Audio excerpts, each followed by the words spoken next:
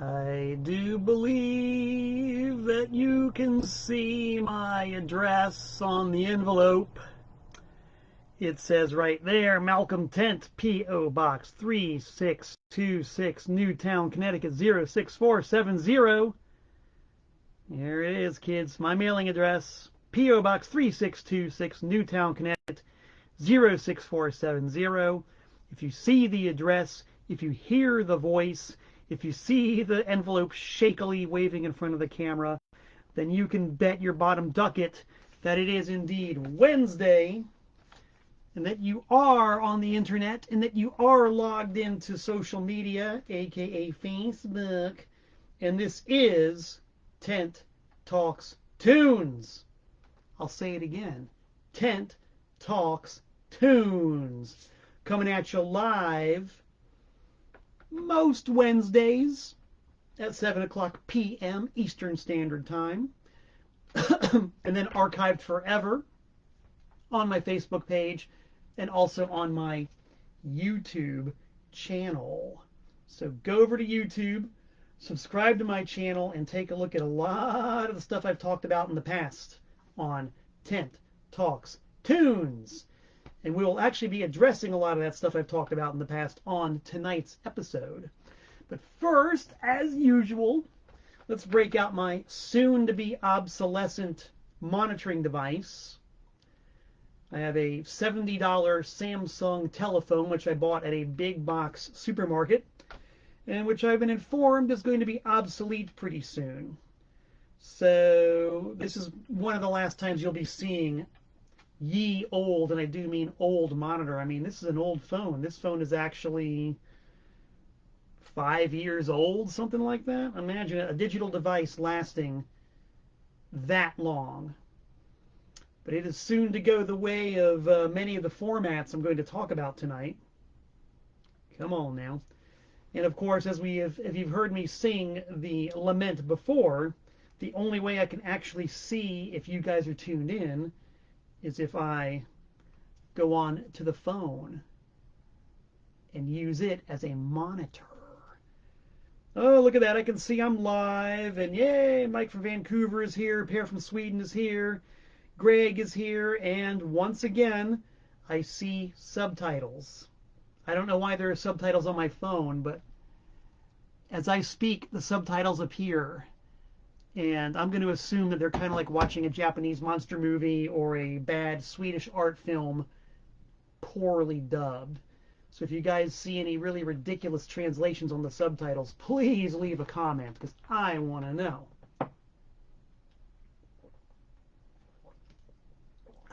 Danbury Tap. Ain't none coarser. Fortified with mercury for many years. I never knew what the phrase mad as a hatter meant until I moved to Danbury, the Hat City, which was formerly one of the biggest hat making cities in the country, if not the world. And there were actually a couple of old hatters who were still in town, and they had the Hatter Shakes from all the mercury that they had to absorb into their systems by using it to clean the pelts that were made for the hats. They would use their bare hands and their bare arms. They would be in these vats full of mercury, taking the hair off of the pelts, and this shit would just seep into their skin and damage their nervous systems. So even as recently as 30 years ago, Danbury had hatters in town, and it was quite something. So yes, I think about that just about every time I hoist this jug of Danbury Tap. I'm certainly angry, but not mad yet. So anyway, yes, I always wave around my mailing address because I love to get a mailing exchange going. Malcolm Tent, P.O. Box 3626, Newtown, Connecticut 06470. It's been a very busy mail week, let me tell you. Those of you who wrote to me and asked for a free They Hate Us poster, you've probably noticed that I haven't mailed your poster yet. It's because it has been a busy, busy, busy mail week here at Malcolm Tent's home, aka TPOS World Headquarters, Last night I launched a brand new title on TPOS. Yes, indeed. TPOS number 235. For those of you who are keeping track of this stuff, that is a fabulous cassette and CD release by the one and only G.G. Allin with the Disappointments, entitled I'm Not Drinking Tonight. Previously unheard, not known to exist live recordings from 1999. G.G. literally went from the judge to the stage in 1991 with his band The Disappointments in Michigan and played a couple of shows that there was zero documentation of. Zero. But I've been working closely with The Disappointments, who have a pretty good tape archive, and thus by extension have been working with my friend Mark Hanar, who actually videotaped the shows in 1991, and that's where this front cover image is from, is the videotape. That's never been seen before. Same thing with the back image. And we've all cooperated and collaborated to actually release the stuff officially on CD and cassette. 100 copies of each. The cassette is numbered and hand signed by Bob Pringle and T. Ricky Insult of The Disappointments. CDs are individually numbered, and each one comes with a special folded 12 by 18 poster that will be available only with this release. And the poster features lots more unseen images from that time and that place. So I launched this thing last night, and I've been busy keeping up with the demand. So I will be sending out those They Hate Us posters as drawn by the great John Truby. Stick tight, everybody. They're on the way. And I might as well just create more congestion in my life. If anybody out there wants a Malcolm Tent Man of Action poster for free, leave a comment, or better yet, message me directly and say, I want a poster, and I'll mail you one. So I'm just that kind of a guy, baby. I am just that much into self-promotion. I do not shun the self-promo. The self-promo is not shun. That's how Rasta would say it. Rasta would say that shun means to ignore, to willfully scare away. So you don't use that word when it comes to promoting oneself. Rasta believes in word sound power, and Rasta's very smart for that. Anyway, it's been really great receiving stuff in the mail this week. Got a postcard, a holiday card from my good pal and bandmate Dino Sex. Yes, Dino, the infamous naked drummer of the Murder Junkies and also of the band I'm in with him, They Hate Us. Nice postcard from Dino. Thank you, Dino. Also, a genuine, honest-to-gosh postcard from the islands of Hawaii, sent to me by my pals Greg and Jen, who were on vacation there. Thank you, Greg and Jen. I love seeing postcards with real handwriting on them. Real, honest-to-God, handwritten postcards. That's cool. By the way, Dino, if you're watching, I will be sending you a reciprocal card very soon. Promesa. What else have we gotten in the mail? Oh my gosh, here's something. This is a hard reveal. I haven't opened up this envelope yet, but it's from my good pal Artie Flores in San Antonio, Texas. And it's an envelope that's about the size of a fanzine, so you know what that means. It means that my long abiding love of print zines is about to be stoked and reinforced, because Artie Flores in San Antonio, there it is, prints some really, really cool print zines that are devoted to really bad horror movies on VHS, called Night of the Bloody Tapes. And there it is. Look at that hand-drawn front. Horrible image on the back. And just chock full of Artie's extremely funny, very witty reviews of these horror movies. Artie, thank you so very much for sending this to me. I don't know what I have to send you. I've sent you almost everything I can possibly send you. Handwritten note. Yep, I've seen it. I like it. I'm plugging it. If you guys like this kind of stuff, look up Night of the Bloody Tapes or write me. I'm sure I can put you in touch with Artie. Good guy. Great zine. Paper. Paper. Man, oh man. Now let's see what else has come in the mail. Well, we got this here. This is really cool. I saw a post by my old pal Charles Littleton. Good old Charles was posting about how he was completely overstocked with buttons. Buttons. And he wanted to get rid of them all. I love buttons. What I have sitting on my counter in my kitchen is an actual container full, not full yet, but working on it, of buttons. It says stash on the outside. And it's got buttons on the inside. So Mr. Littleton said, take these buttons, please. Write to me and I'll send you the buttons. I wrote to him, he sent me the buttons. Got a whole bag full of them here. I'm going to guess that Charles Littleton was in the record business because there's a lot of really cool promo stuff in here. There's a promo Ramones sticker from their Greatest Hits album.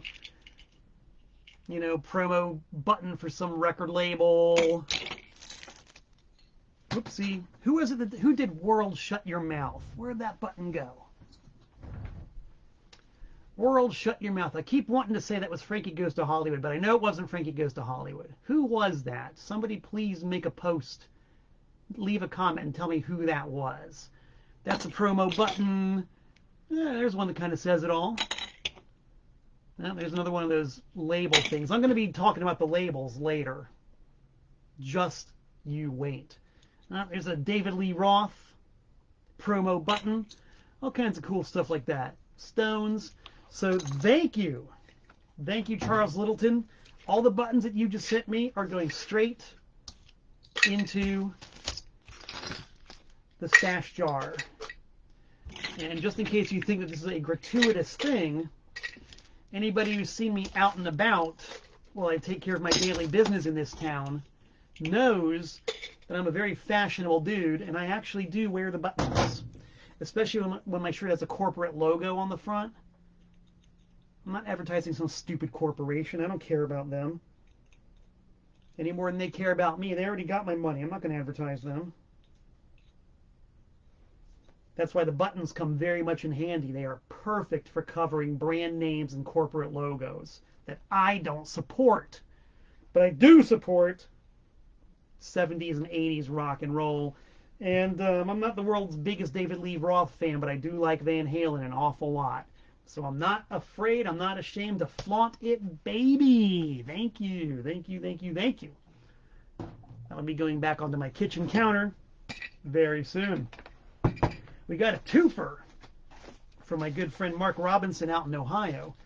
Mark is a guy who I've worked with carefully and closely with on releasing another G.G. Allin title entitled Carnival of Xs. Great album. It's G.G.'s sort of like string band, jug band, country western album. It's really good. And Mark and I are talking about releasing some more stuff in the future, including a Tiny Tim record. The album that Tiny Tim said was his best album ever. Mark and I are working in cahoots to get that reissued and issued for the first time on full-length vinyl. That'll be happening soon. There's a couple of other names that have been mentioned that he put out that has never been released on vinyl, and we might be doing something along those lines. But Tiny Tim for sure, and G.G. Allin's already been done. So Mark sent me actually an envelope and a box. And in the envelope, we've got the CD version of Carnival of Xs, which he released on his very fine label, Ponk Media, P-O-N-K, Ponk Media. So that's cool. And then in the box, this is a hard reveal. This is a sealed box, but I trust Mark, and I know that if I open this up, it won't be like jumping snakes or a stink bomb or a glitter bomb. This isn't the kind of thing that will deter porch thieves, I'm sure.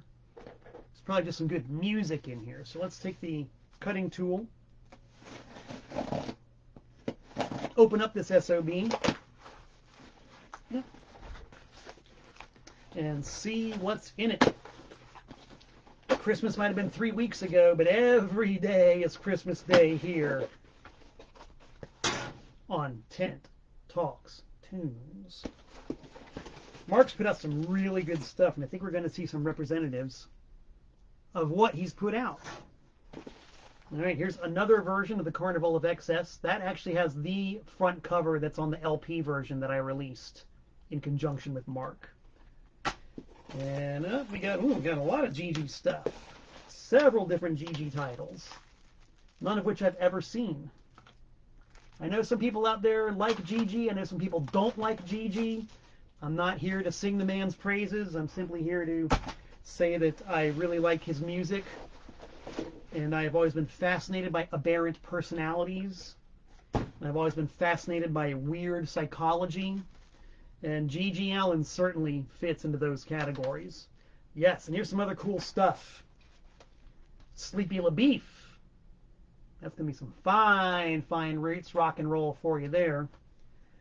And, here you go, the aforementioned Tiny Tim album, Prisoner of Love, a tribute to Russ Columbo. And I didn't know who Russ Columbo was until I heard of this album. And it's a very interesting story about Russ Columbo. If you want to get some really arcane music history, look up Russ Columbo. I knew nothing about the guy, but it's a fascinating story. And some really cool music if you like that era of music. And Tiny Tim was an absolute purist for music of the early 20th century. So Prisoner of Love is an album of all Russ Columbo songs, and this will be out sooner or later on full-length vinyl on my label, TPOS. And this, right here it is. This is the name that we discussed. We haven't even begun to really talk about this one, and I'm not sure what may or may not happen. Nervous Norvus. Same deal, man. If y'all don't know who Nervous Norvus is, and if you like wild, really wacky, insane music, I strongly suggest you research Nervous Norvus.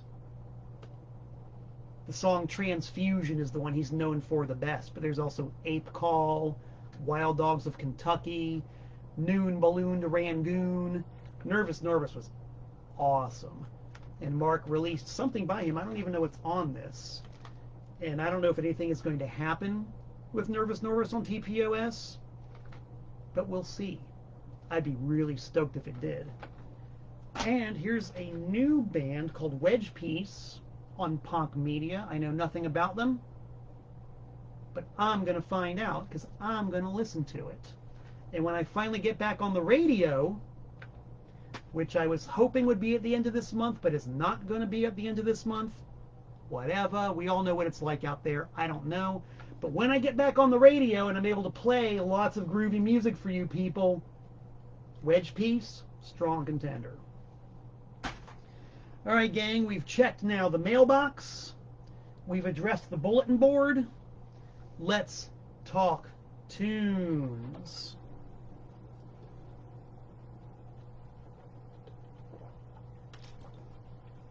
Let's check the monitor quick and see who's got to say about what. I really love reading everybody's comments. You guys are a smart audience. You know your stuff. And when you comment, it's always really cool.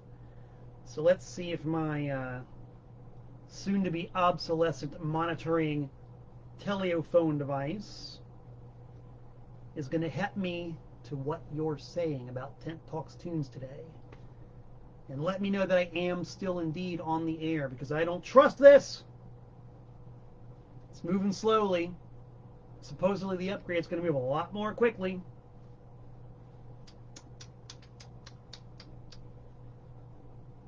Ah, yes.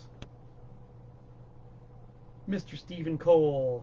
Vaughn, none of your damn business. That's a pseudonym if I ever heard one. James Pogo, James Pogo, right, has informed me and us that Julian Cope did World Shut Your Mouth. And Julian Cope is another one of those artists who's quite eccentric and quite wacky. So also very worth checking out. So okay, gang, I promised, I threatened, I teased we're going to talk about some weird music formats tonight. And, oh man, what a deep, deep mine shaft that is. Man, I could go on for hours and hours and hours and hours. And I have actually already. If you go onto my YouTube channel and look up past episodes of Tent Talks Tunes, you'll see that I've already done episodes devoted entirely to cassettes, to 8-tracks, to 78s. I might have even done an episode strictly on reel-to-reel tape. I don't rightly remember, but if I did, it's on my YouTube channel. So there's no need to go into those formats. And of course, I've talked about vinyl for, the better part of a year now and the various aspects of vinyl. So we're going to get into some other formats that I've not really talked to in depth. I've did an entire episode on CDs, if I remember correctly. So go to my YouTube channel and find some of that background.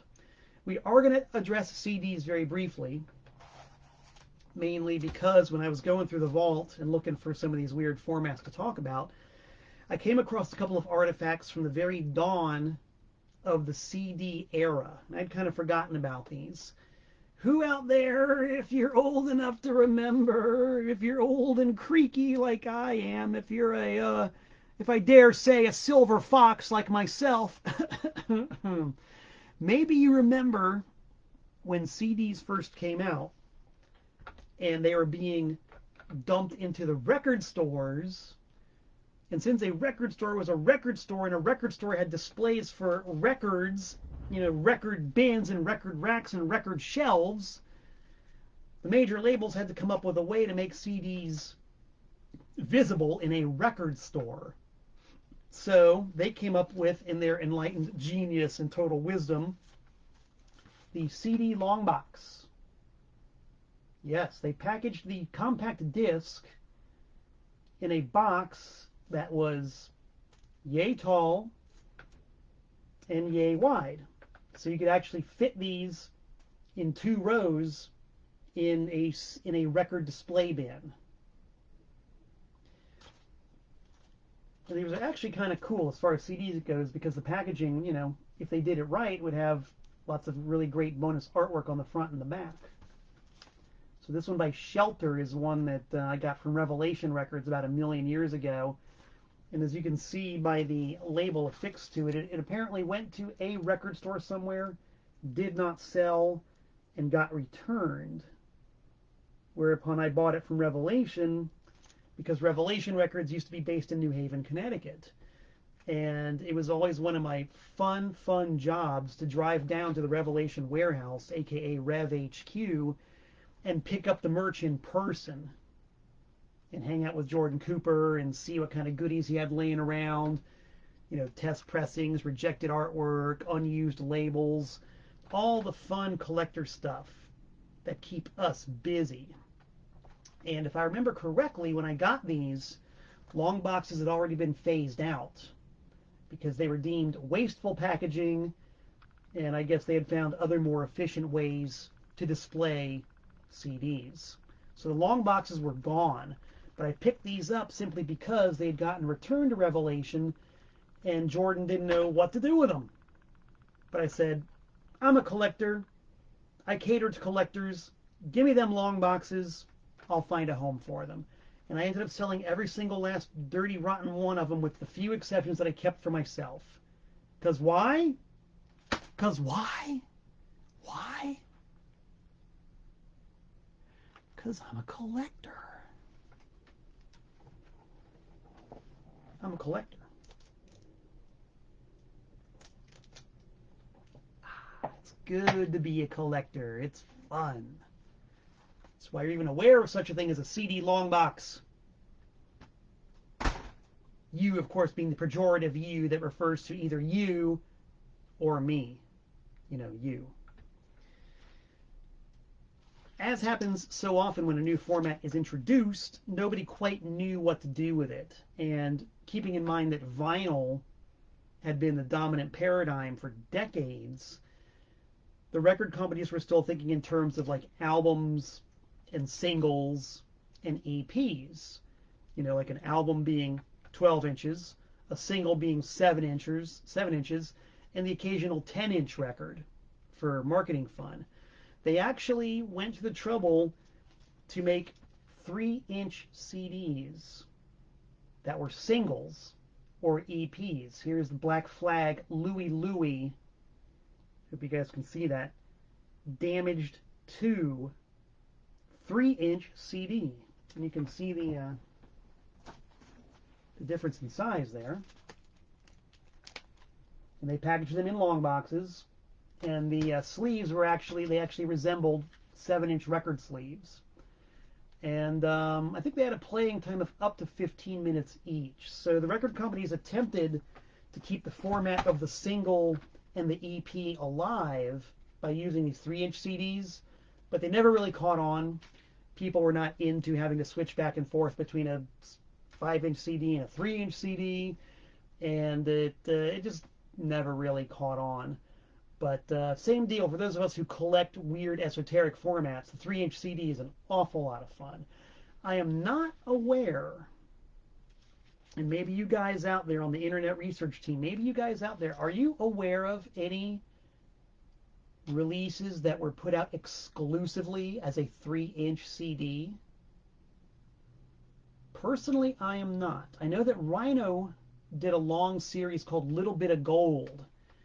That was kind of like a 4 or 5 song best of series on CD. I know they did one for Todd Rundgren.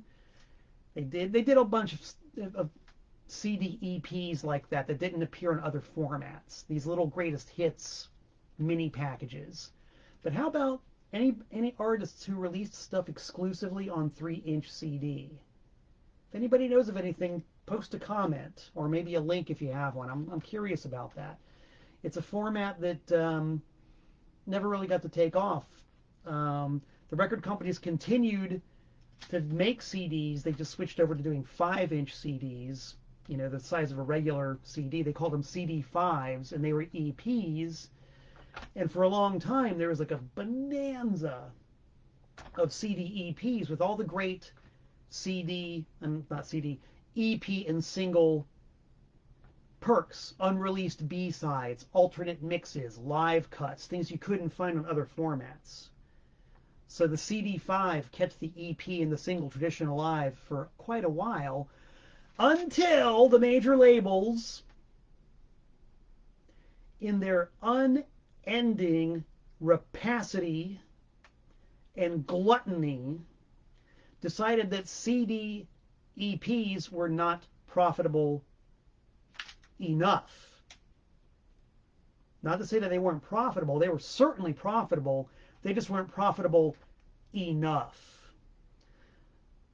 And their thinking was, well, why should we sell these people one hit song when we can sell them the entire album for triple the price? Give the people a break? Fuck that. So they just discontinued making EPs, which typically sold for between $4 and $6, in order to make people buy full-length albums, which could sell for as much as $21, $22, $23. They had no reason to discontinue CD EPs, only that they just weren't profitable enough. I think I say this once every episode of Tent Talks Tunes, but I'll say it again now just because it bears saying. Fuck the major labels. Take a screenshot of this, put an audio bite on it, quote me on that. Fuck the major labels. I say it every day and every way.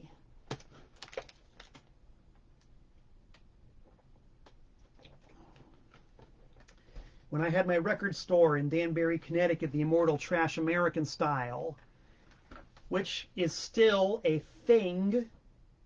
If you go to my personal website, malcolmtent.net, you will find a link on the homepage to the Trash American Style homepage. Check it out. We also have Trash American Style on Facebook. Check it out, like it. I don't post over there very often, but I do sometimes. I find really cool old photos and flyers and, you know, just artifacts from the Trash American Style brick and mortar days. So if you loved trash as much as I did, or you just shopped there and went there, check us out on Facebook and trashamericanstyle.us on the internet.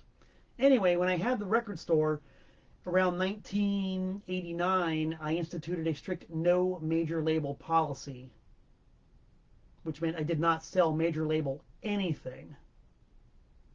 And that policy served me very well. Toward the end of our run, some major label stuff started creeping in, mainly because some of the independent distributors I used would bring in major label. And for a while, I honestly didn't know what was on the majors. I had no idea. So I'd order something that someone asked for that had a lot of cachet to it, and I'd get it, and I was like, oh, God, it's on Warner Brothers. What the hell? But, you know, my friends had their distributions. I liked them. I decided to keep them in business as best I could, so I did not immediately take said album and return it. I just kind of bit my lip, rolled my eyes, and took one for the team. Fuck the major labels. Now, you want to talk about more wacky formats and corporate greed and competing formats. We're going to take a little detour right now and talk about the world of video. Video is a lot of fun. I might have even done an entire episode on VHSs. I've done so many of these Tent Talks tunes I don't hardly remember. But if you go to the YouTube channel, you'll know better than I do. You'll have more information about what I've done than I've got. Man, life is funny, isn't it?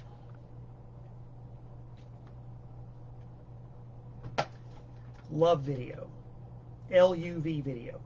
Now, one reason, in fact, probably the main reason why CDs actually succeeded to the extent that they did and why CD is still a viable format is that the major labels all got together and agreed on one uniform format for digital music reproduction. They all agreed that it would be the compact disc, a 5-inch round disc using the same digital encoding for every single CD for everybody. They actually, in a rare moment of wisdom and or extreme greed, agreed that everybody would get to use the same formats. There wouldn't be competing formats. And if any of you folks are into video, you know exactly where I'm coming from and what I'm talking about. The days when home video was first put on the marketplace and you had to choose between Beta and VHS. Now, Beta was a proprietary video format created by Sony. They would not share the technology with anybody else. If you wanted to get something on Beta, which was touted as being the superior format, and I don't know about that, if you wanted to get something on Beta, you had to get it from Sony. No other company was allowed to use Beta. So all the other companies got together and had their own little agreement. They agreed that, well, if Sony is going to be hogging Beta, we will simply use VHS.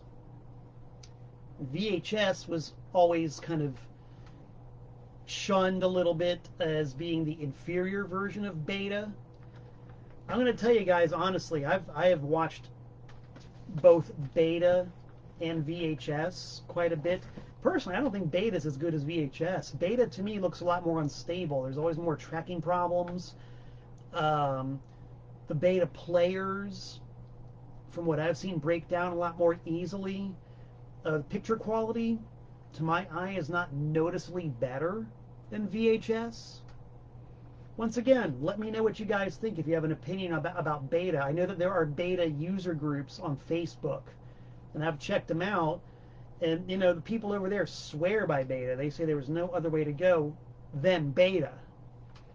I don't know. I don't see it. I just don't see it. But it did result in some pretty cool collectible stuff for a while there. Like this one here, the Beast of Irs video. Take a look at that. Great 80s packaging on the front and on the back. Who is on this thing? My gosh, you've got REM, the Go-Go's, English Beat, Wall of Voodoo, The Alarm, the Cramps, Tons of great stuff, man. For about 2 hot years, IRS was a force to be reckoned with. They were one of the coolest labels around. They were the only label in this country who would release stuff like 999, Skafish, the Stranglers, all the bands I just mentioned, the Cramps and what have you, Oingo Boingo. I mean, IRS was really badass. They were a genuine new wave label, and their golden years were when they were in cahoots with A&M Records, the long defunct label A&M, unless of course it's been resurrected. I don't know. But the original A&M got bought up by some shit-eating corporation a long time ago, so they ceased to exist. But A&M also around the same time was a really legit cutting-edge record label. They were a big independent, and they did some of the best colored vinyl and shaped discs and laser etched discs and die cut covers and 10-inch records and 5-inch records. For a while, it was genuinely exciting. I mean, yeah, they had Peter Frampton, but, they also released Squeeze. Squeeze was on A&M with all kinds of wacky collectible records. So the marriage of IRS and A&M for that little brief period in the very late 70s to the early 80s was effing cool, man. Great music, very collectible. And just by an accident of fate, we've got this one artifact from that golden time on Beta. And you can see the Beta cassette compared to a VHS. Put it there. That's Beta. This is VHS. There's quite the size difference. And of course, the two are never going to be compatible, ever. They played at different speeds. They had different tape head sizes, different encoding. Everything was different between Beta and VHS. You could not play one system on the other. And that, of course, is what eventually caused the demise of Beta, because the selection was limited. I seem to recall they were a lot more expensive than VHS. And since it was all hogged by Sony, the number of titles you could get was very limited. So Beta was killed by its own parent, basically. It was a case of infanticide. But there are still cool Betas out there. And my good friend Brian Gerosa of Gerosa Records in Brookfield actually just gave me a Beta player along with a Beta video camera. I have no idea if this gear works, but I'm going to have fun plugging it in and trying it out, because I got a lot of really cool Beta tapes sitting in the archive, stuff that, to my knowledge, has never been reissued on any digital format whatsoever. Stuff I've even had trouble finding on YouTube, I've got on Beta tape. So it'll be a fun journey trying to see what I can squeeze out of that particular Beta gold mine.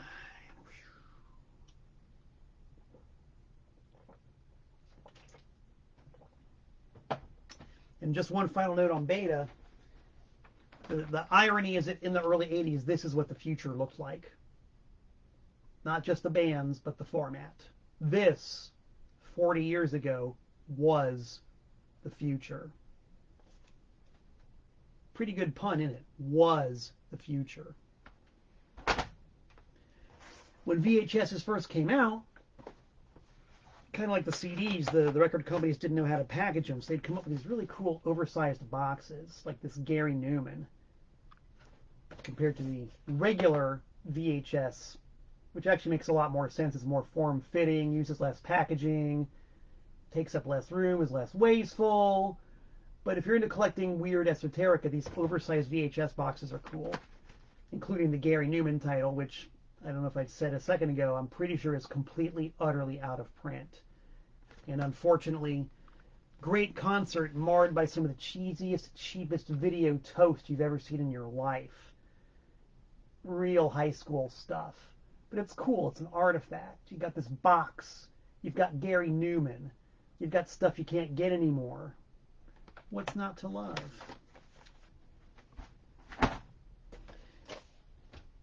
Police! You want to know who's a giant mark for the Police? I am. Police. And speaking of competing formats, if you're a video collector or video aficionado, you are no doubt aware of the PAL versus NTSC problem. In North America, the video format is NTSC. In England and Europe, the format is PAL. A PAL video is packaged the same as an NTSC video. It looks identical to an NTSC video, but it will not play on an NTSC system. It simply will not. If I recall correctly, it boils down to the number of lines per screen. It's all a hardware question, I think, which becomes an encoding question. There's a different number of lines on the screen on a PAL tape, and also on PAL broadcasting, I believe. This is kind of cool because a lot of stuff came out in Europe that never came out in the States. A prime example being this. I can do this, guys, I swear. Really, I can do this. Big Country. A Big Country greatest hits video collection. Big Country did pretty good business in Europe their entire career. In the States, they were viewed as a one-hit wonder. I love Big Country, man. Big Country are fantastic. Their first album, The Crossing, is one of those albums that is monumental. And they released a handful of singles around that time with non-album cuts, non-album B-sides that are, if you compiled them together, you'd have a second album that's just as good as the Big Country first album, The Crossing. They really had it around 1983, 1984. They were so good. And they just kind of, I mean, they did good stuff all the way until the end of their career in the late 90s, but they just never had that fistful of magic that they did around the era of their first album. So, one-hit wonders they were regarded as, and therefore not worthy of a video release in the States. But in the UK and in Europe, you could actually have this Big Country Greatest Hits video. And the only problem is you need a PAL VCR to watch the first Schluggener thing. Always a problem. That's why I loved the good old days of tape trading and files, wouldn't I call it file swapping, it was tape trading back then, where you could have friends in Europe who would dub these things onto an NTSC video, which was apparently a lot easier to do over there than it was over here, and send it to you, and you'd send something in trade. Of course, now I'm sure this thing's on YouTube. Nobody cares what format it is. Excuse me, you dub it, you put it on YouTube, no problem. Anybody on the planet can watch it anywhere, anytime. But this harkens back to those dark yet halcyon days when formats really were important, and when there was such a thing as a UK-only video collection by Big Country, and you really had to work to get it. You had to sweat to get it, and it was so satisfying when you finally did get your hands on it and you could actually watch it. No one else on your block could, but you could. Very cool, exciting stuff, and fun to collect. Now, that was a bit of a swerve. We're going to get back into digitalis, kind of, sort of, here. Somewhat indirectly. As everybody knows, if you've watched Tent Talks Tunes, and you go to my YouTube channel, which you really should subscribe to, by the way, you'll see I've done at least one episode on my adventures in recording live music. Going to a concert and recording the concert, which many times was done under battlefield conditions, because there were quite often instances, usually instances, where either the venue, usually the venue had a no taping policy, or the band had a no taping policy. I never cared about the no taping policy. I paid my ticket. I paid my good money. I want to be able to relive the experience anytime I want, baby. The band got their money. The venue got their money.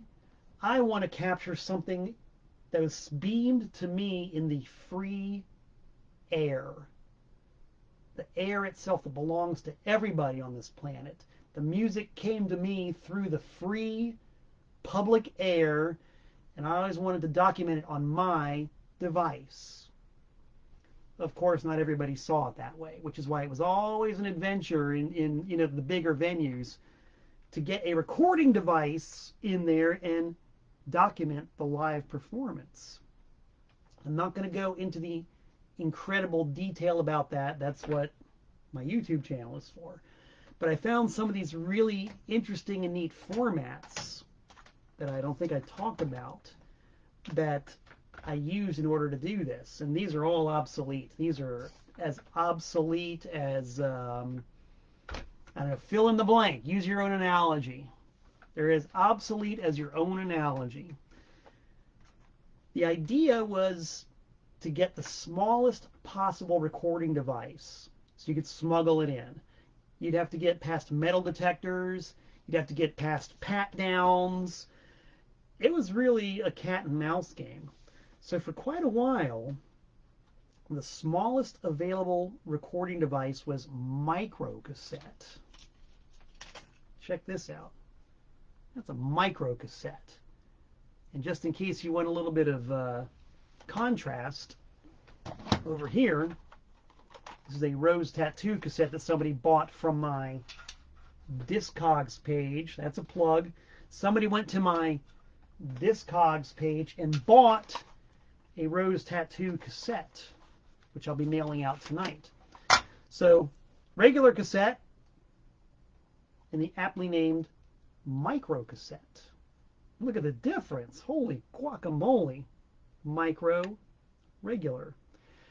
So you can imagine a micro cassette recorder was quite a bit smaller than a regular cassette recorder.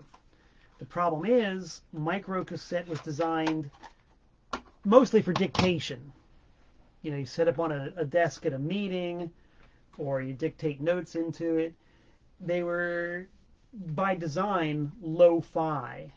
They were designed to be portable and convenient, not hi-fi. They were designed only for speech. But many years ago, I don't even know, probably something that somebody brought into my record store, because we didn't only just sell records, we sold everything that I thought was cool. And so people could bring in anything they wanted, and if I liked it, I'd buy it and then sell it. So someday, some way, somehow, somebody brought in a micro cassette recorder that was actually a hi-fi micro cassette recorder. I don't think it was stereo, pretty sure it was mono, but that little thing had a really good built-in condenser mic, and it could handle loud volumes, and it was tiny. I mean, the machine itself was probably about the size of a regular cassette box, maybe a little bit thicker. Nothing to it. So I recorded a lot of shows for a few years on micro cassette. And, you know, I think micro cassette might even still be a thing in some dark, dank corner of your local big box stationery store. They might still make them, but they're definitely not a dominant format, and certainly not for recording music. Micro cassettes are cool, just because they're so damn tiny. Who did I record on this one? Ah, Bob Mould at the Academy in New York City. March 4th, 1995. Saturday, March 4th, 1995. Bob Mould at the Academy. And this, I seem to remember, functions the exact same way as a regular cassette. I think this is a 60-minute cassette, micro cassette, two-sided. Man, great. And I remember that Bob Mould show. It was a Bob Mould solo acoustic show. And the Bob Mould solo acoustic show was as loud as any regular full band. He had that thing cranked up way past the limits of human endurance. Just one guy and a guitar. It was ridiculous. The recording came out okay, though, in spite of all that. But Bob Mould, man, that guy needs to learn how to turn down sometimes. Got the set list and everything on it. Pretty cool. That's an artifact. Micro cassette. The next small, little itty-bitty tiny recordable format was actually a digital one. And you guys know I've always had to sort of Jeremiah about digital, but the introduction of the Minidisc, that was pretty critical. The Minidisc, a self-contained CD of very small size, 3 inches, just like the little 3-inch Black Flag EP I showed you, contained in a case, so it was very easy to use. Just pop it in, pop it out. You can't touch it because it's encased in plastic.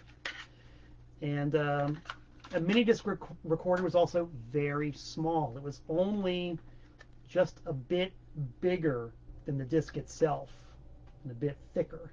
So also very easy for getting into sticky situations.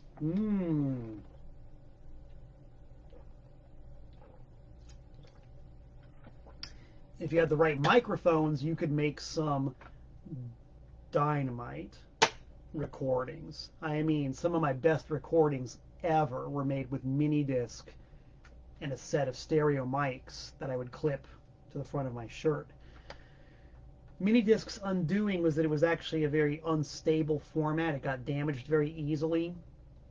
The playback and record heads, the lasers would get dislodged very easily, and after a while they would just stop working, which is so typical of digital. But when it worked, it worked. I had my Minidisc recorder on a sort of a like a purse strap, and I would just put it around my neck and have it strapped to my rib cage like that. And the microphone I used was on a very long wire, so I just run the wire up and clip it to the inside of my shirt, so it's basically invisible. And just stand in the sweet spot of the room and just let that sound come through the free, clear, publicly owned air into my recording device. And I got some good stuff that way. I almost wish that this format was still viable. Almost. Because it was good while it lasted. What we got on this? Slint. Oh man, Slint live at Irving Plaza in New York City. March 17th, 2001. That was a pretty good show. And I can't even read my own handwriting. Who was that? Looks like it says Root Boy Slim, but I never saw Root Boy Slim. So it's definitely not Root Boy Slim. I can't read it, so we'll never know. But Slint, yeah, one of their ill-fated reunion shows. Yola Tango, live in Miami, Florida. Negative Land, live at Bard College. Those are both from the year 2000 on Minidisc. 74 minutes a disc, just like a regular CD. We got some good local stuff here. Kitty Badass. The Happy Flowers, Yola Tango in Chapel Hill, North Carolina. Happy Flowers actually let me plug into the soundboard for their set. That was pretty cool. Minidisc. I'd be surprised if these things even play anymore. But I already backed them up, so it's okay. I backed them up onto cassette. Yes. Anything I have digital that's important to me, I back up onto cassette. Because cassette typically does not fail. And even if it does, you can literally take a piece of Scotch tape and tape it back together and make it play again. Once something digital fails, it's gone forever, kids. Gone with the wind. So you got your pros and cons to it. Ultimately, what I really wish is that there was a small enough, viable enough cassette recording system to use in the field.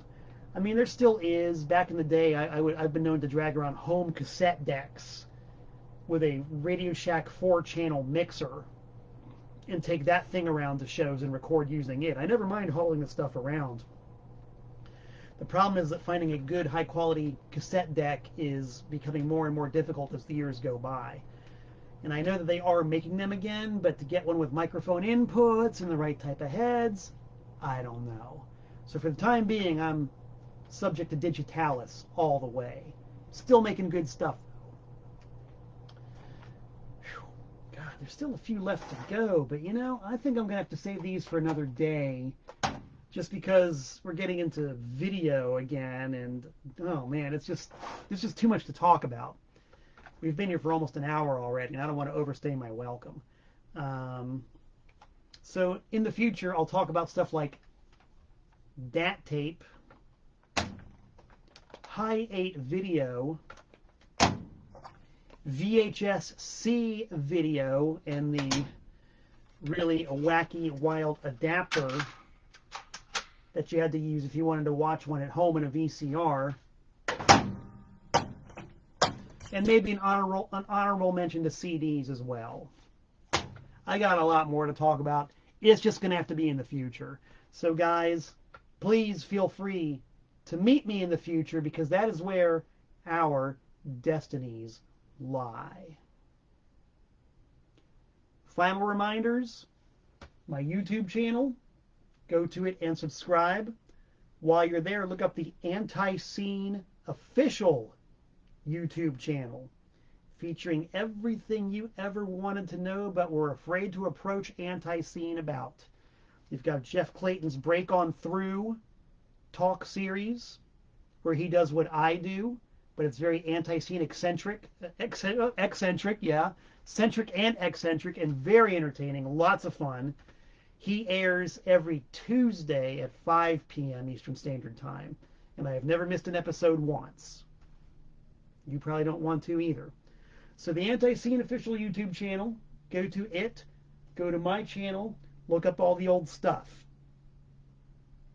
Tonight's episode of Tent Talks Tunes will be on my YouTube channel later tonight. My website, malcolmtent.net. My Discogs and eBay stores, which goes under the name of TPOS. And yes, if you want a free Malcolm Tent Man of Action poster, just message me your mailing address and I will send it out to you. Might take a little while, but I will do it, because I'm still fulfilling orders for the brand new G.G. Allin with the Disappointments, I Am Not Drinking Tonight cassette and CD hyper limited edition, available direct from me and from my Discogs store. So them's the plugs, kids. Thank you as always for tuning in. I really appreciate it. I'll be logging on in a little while and checking out all your comments and seeing who's got to say what. I love the witty banter. I love all of you. So I do hope to see you all again in about 167 hours time. So until we meet again, this is Malcolm Tent saying so long from the Nutmeg State.